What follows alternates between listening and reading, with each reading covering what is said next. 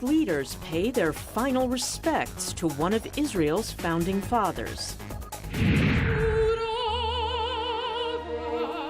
In today's Music Maker segment, a South African diva makes a big splash in the world of opera. And we'll visit an unlikely place for the festivities of Rwanda Cultural Day. Africa 54 starts right now. Good evening, I'm Esther Gido-Ewart. This is Africa 54. Vincent Makori is off today. World leaders paid their final respects to former Israeli Prime Minister Shimon Peres Friday in Jerusalem. Among the political leaders and royalty attending the funeral were U.S. President Barack Obama, former U.S. President Bill Clinton, former British Prime Minister Tony Blair, Britain's Prince Charles, and French President Francois Hollande. Here's more on the farewell of the Israeli statesman. Among other leaders, Obama was joined by Palestinian President Mahmoud Abbas. In attending the funeral, a senior Palestinian official said Abbas hopes to send a strong message to Israeli society that the Palestinians are for peace and appreciate the efforts of peaceful men like Shimon Peres. Israeli Prime Minister Benjamin Netanyahu was among a list of speakers. He took the opportunity to say goodbye to his close friend and mentor. Shimon Yakiri. You told me that one of the few times you shed a tear was when you got the bitter news on the death of my brother Yoni in Entebbe. You cried then, Shimon. I cry for you today.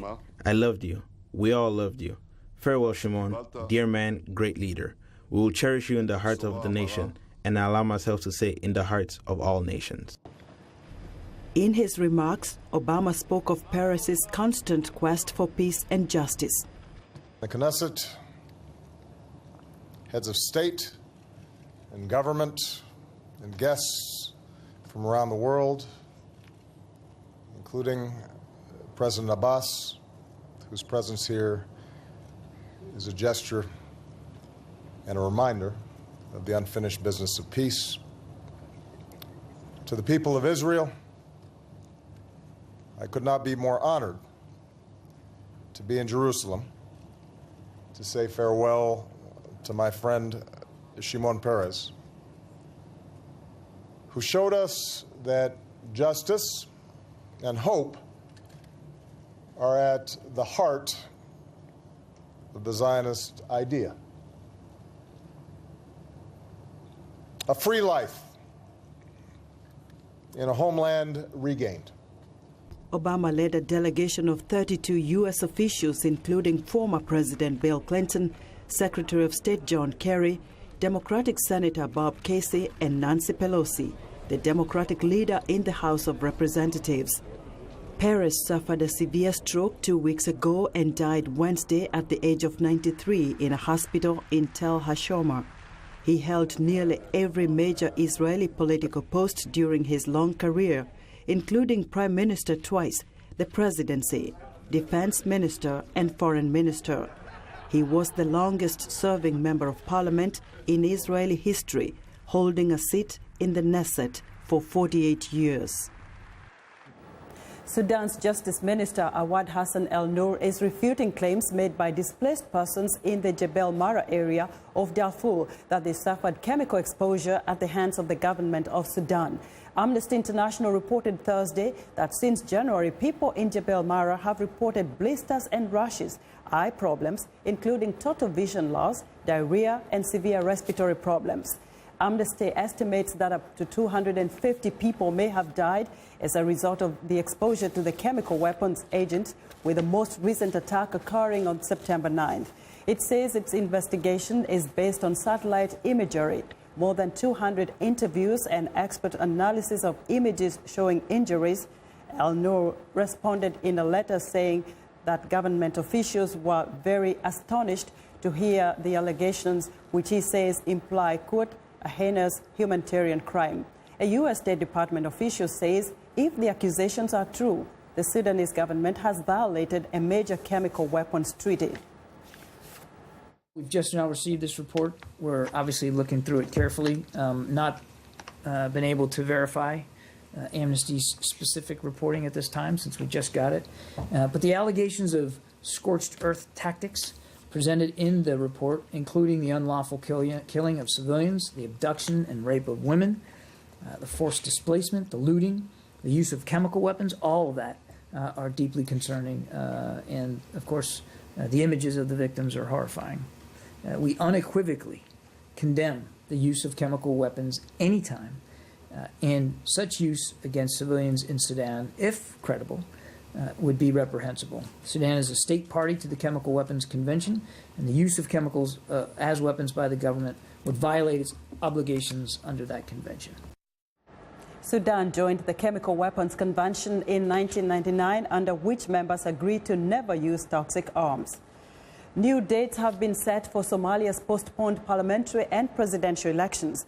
Voting for the 275-seat parliamentary elections will now be held on October 23rd, and the presidential vote has been rescheduled for November 30th, according to Omar Dage, the nation's Federal Election Committee chairman.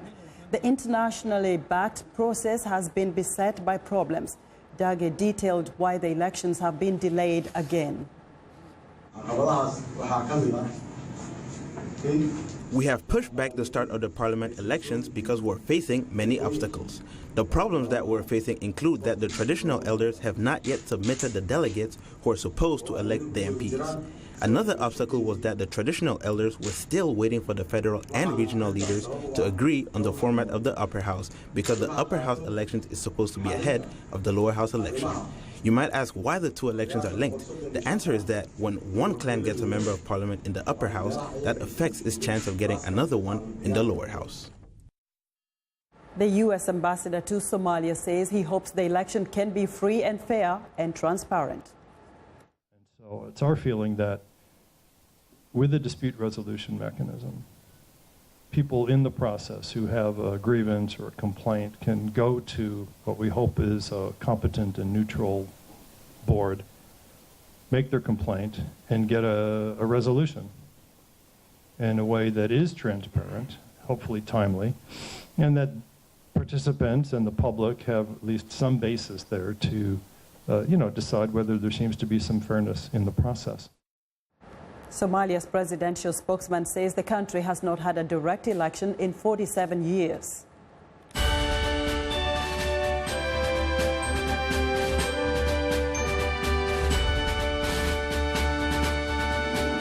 In the race for the White House, Virginia is one of a handful of so-called battleground states that could decide the November presidential election between Republican Donald Trump and Democrat Hillary Clinton. Those states are attracting a lot of attention from the candidates and political activists as Election Day draws near. VOA national correspondent Jim Malone reports. Historic Leesburg, Virginia, where you can find echoes of the past around nearly every corner, even if some remain painful to this day. Leesburg has the look of old Virginia, a southern state that for decades voted Republican in presidential elections. But Virginia is changing, and nearby a dramatic transformation is underway that is also altering the state's political landscape, says Craig Green. So all of this was just wide open farmland, and now it's as you can see, we've got this big retail residential thing going on. There's data centers all around us. Green is a Democratic activist in Loudoun County, a part of northern Virginia that has been transformed by the growth of the high-tech industry and an influx of highly skilled workers from abroad. Green says the changing demographics are a boon for Democrats and make it challenging for Republican Donald Trump. I went canvassing this weekend, and pretty much universally it was, oh, that Trump guy, there's no way I could vote for him. Software engineer and Democrat Sri Amudhanar emigrated from India nearly 30 years ago. He says the county's rapidly growing immigrant population is having a huge political impact. They take an oath of citizenship when they become Americans. And that's a very solemn process. It's a very moving process, and we have all gone through that. And that binds us to America very, very strongly into its values. And one of the values is that everybody is really equal. Despite the demographic changes, Donald Trump is making a serious bid to win Virginia, and plenty of supporters turned out for a recent rally. very importantly, it's one of the great movements of all time. We got to finish it off. We got to finish it off. Trump's theme of making America great again has struck a chord with Leesburg businessman Brian Crosswhite. He resonates because he's a straight talker. He speaks the truth whether you like it or not. He's going to tell you what he thinks. More than 150 years ago, Virginia was the epicenter of the American Civil War. Today, it's a battleground of a different sort. Virginia is a state in transition, where the old blends with the new, and an increasingly diverse population is writing a new chapter in America's ever-changing story. Jim Malone, VOA News, Leesburg, Virginia.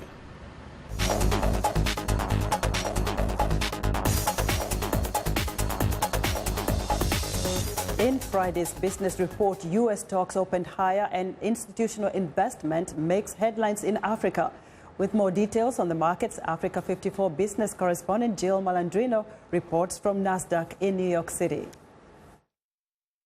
Good afternoon, I'm Jill Malandrino. Markets opened up sharply higher in the U.S. for the third trading day out of 4, where we're seeing trending action to the upside. Today's session will be important since it's the last trading day of the quarter. And this is what's known as window dressing, meaning funds buy the top performing equities and sell the worst performing in an effort to improve the appearance of the fund's performance. Looking ahead to next week, traders in the U.S. will have the key employment report on Friday in focus. Looking to what made news on the continent this week, economic growth in sub-Saharan Africa is likely to slip to 1.6% this year, its lowest level in 2 decades. This is due to the continuing woes of the largest economies in South Africa and Nigeria. This is according to the World Bank. That said, let's look at some news that will start to drive future growth. First, we go to Nigeria, where the areas of investment and economic diversification are the main themes. The African Development Bank is going to lend $4.1 billion to Nigeria in various areas over the next 2 years to develop the power and agricultural sectors in Nigeria, aiding a move away from the country's reliance on oil revenue. ADB's portfolio in Nigeria will eventually increase to a total of $10 billion by 2019. It was also reported that India, Nigeria's largest trading partner, will invest another $5 billion in the areas of health, education, agriculture, technology, and trade. Leaders from both countries met this week at the State House. Trade between Uganda and Kenya is projected to increase as the construction of a new and shorter route from Mbale to Lawaka border post in eastern Uganda kicks off. And finally, return to the automotive industry. This is interesting. We haven't spoken about the automotive industry that much. With little growth in mature markets like the U.S. and Europe, automakers are looking to tap into emerging African markets, and there's plenty of competition on the continent for where they might invest, like Kenya and Ethiopia. Of course, the overriding theme with institutional investment is infrastructure and power supply improvement, and the automotive industry will only add incentive to building that out. From the NASDAQ market site in New York, I'm Jill Malandrino for Africa 54. We want to know what you think about Africa 54 and the stories we cover. Join the conversation on Facebook. The address is Africa 54, and check out our headlines 24/7 on voaafrica.com. Coming up, a South African singer's Cinderella rise in the world of opera. Stay with us.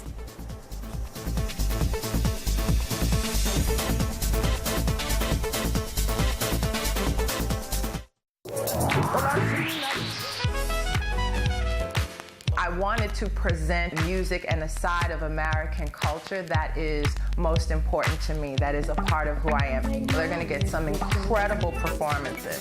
That's one of the things I love, bringing these artists in so you can get to see them do what they do. It's soul music, and that's what music is. It's that which comes from the soul.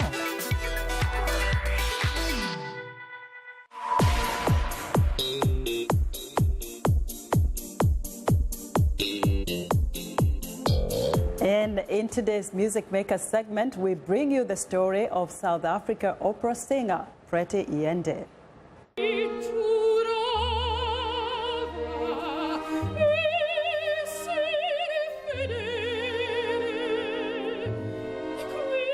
Pretty Yende's music career started at the early age of 16 to become an internationally known opera singer. She had the flower duet in a television commercial, and her love for opera bloomed. When I heard the music, the beauty, and the joy that I felt in those 10 seconds, I knew I could do that because it's human. I felt it even without knowing that it is humanly possible. And so when I was told it was humanly possible, I said, well, teach me. I knew that if someone were to teach me, I would do it. But of course, I have to thank God for the talent because the voice was there.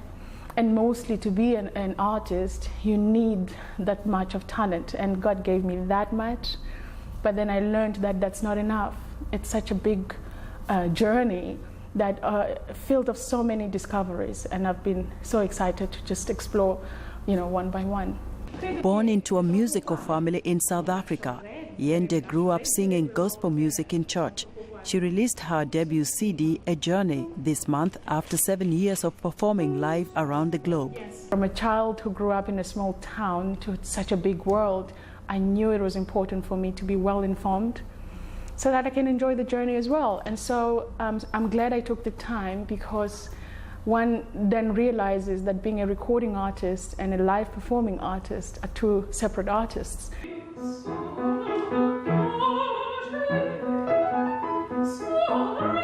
Her new album, A Journey, showcases the highlights of her young career. We have had such a difficult time choosing those 7 tracks because the journey has been filled with so many highlights, redefining moments that, shaped my career.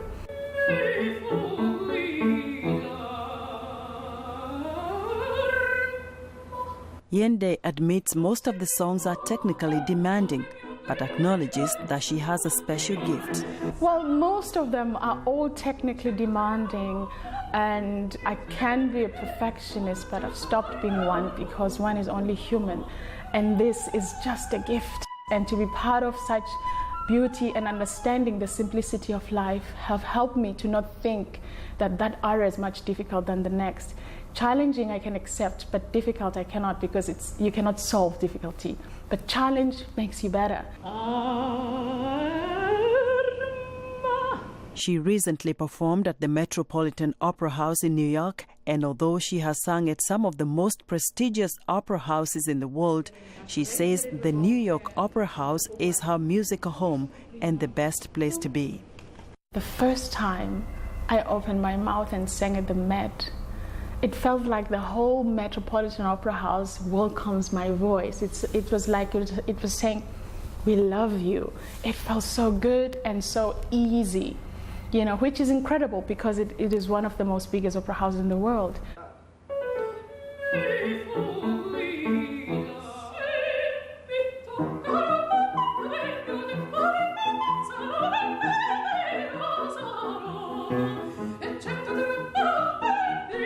This 31-year-old songbird hopes to make classical music more mainstream in her homeland of South Africa and around the world. Trying as much as I can to go back home to each and every village, every corner, of South Africa, that, to educate and the awareness of classical music. Because if my dad did not buy that TV and we did not have that TV at home, I wouldn't be here with you today. We leave you with the pretty voice of Pretty Yende.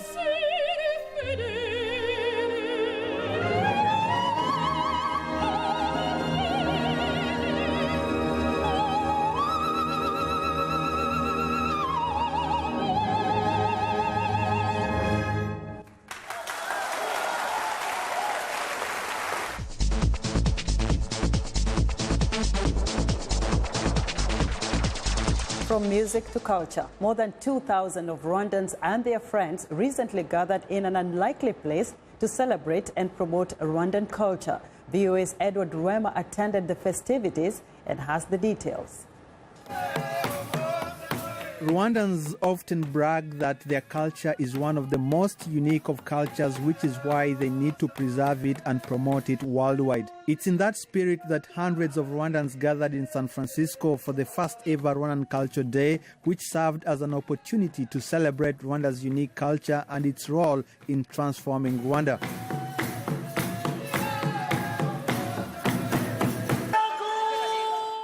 The dances included Inhore dance, with dancers holding the shield, an artistic demonstration of the skills required for protecting oneself from enemy arrows and spears.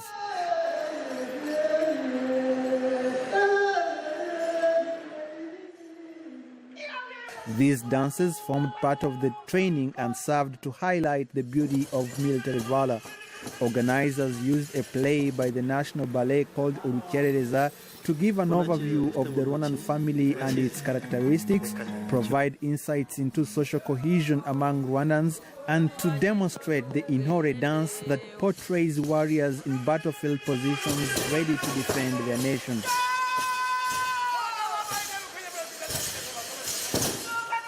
Speaking at the event, President Paul Kagame hailed the Rwandan culture that has helped them never to be thrown off balance even after the tragedy of the 1994 genocide. I think Rwandans make it easy because of this culture of being there for each other and the many things the panelists said of how I think we are ready to stand up to any of these challenges, as history has shown. This celebration of culture brought together Rwandans from across the world and was meant to help them reconnect with their Rwandan culture while understanding how the core values of their society has helped shape their country of origin. Eddie Ruema, VOA News, Washington. It's time now for a short break. Still to come on Africa 54, J.K. Rowling is bringing her world of wizardry back to the big screen, but without her best-known character. We'll be right back.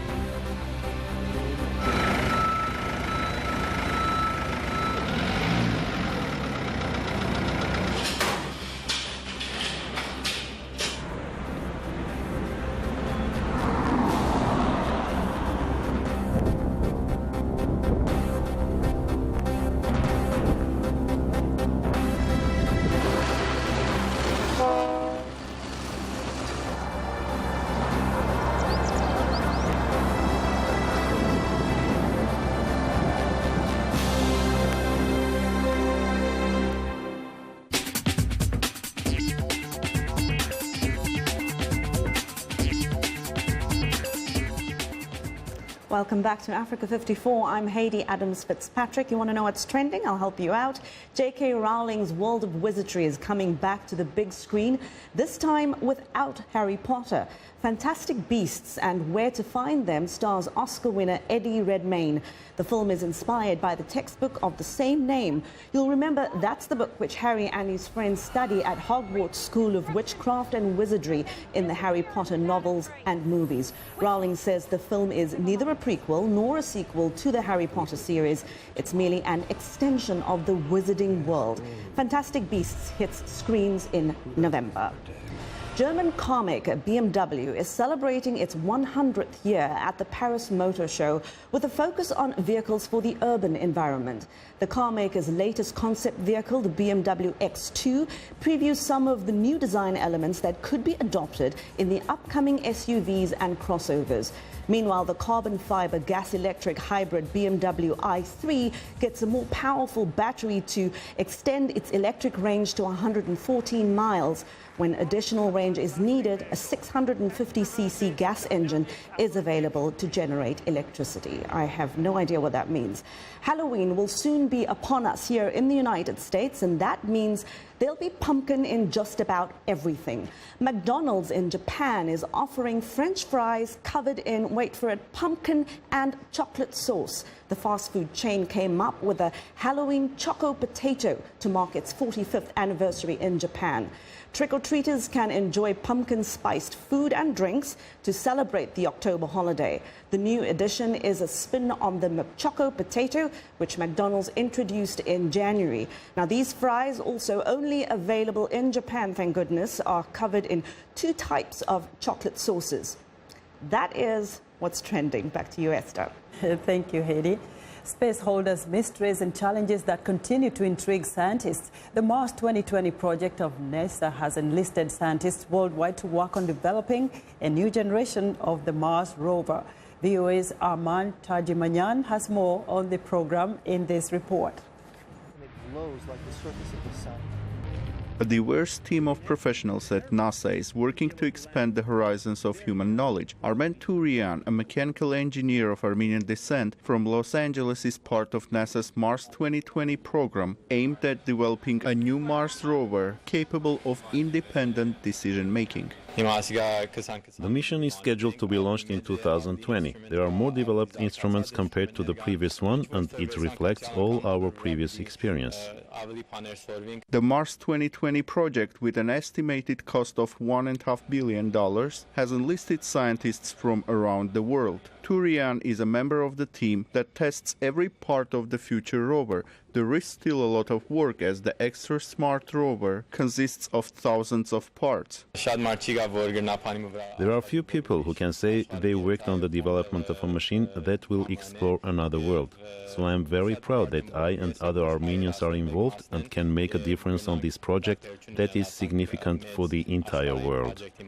NASA plans to send the new Explorer to Mars in 2020. A descendant of the Curiosity rover, the new Mars rover will be equipped with more precise instruments to explore the planet more thoroughly.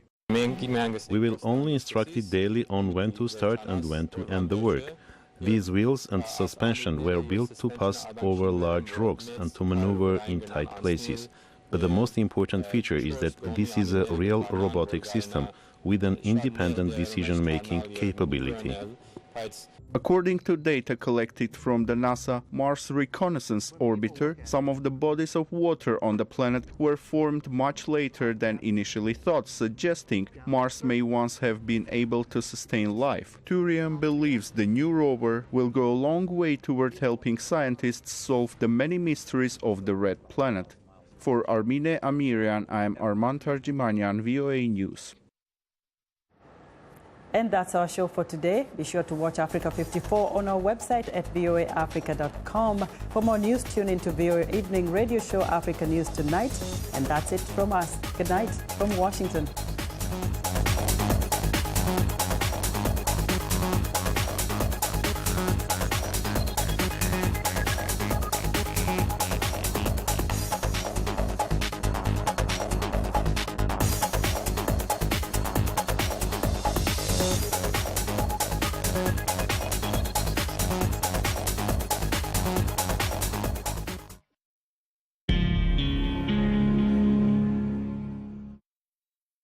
I'm Vincent Makori from Africa 54. This is VOA. Follow us on Africa 54. Go to facebook.com/VOA Africa 54.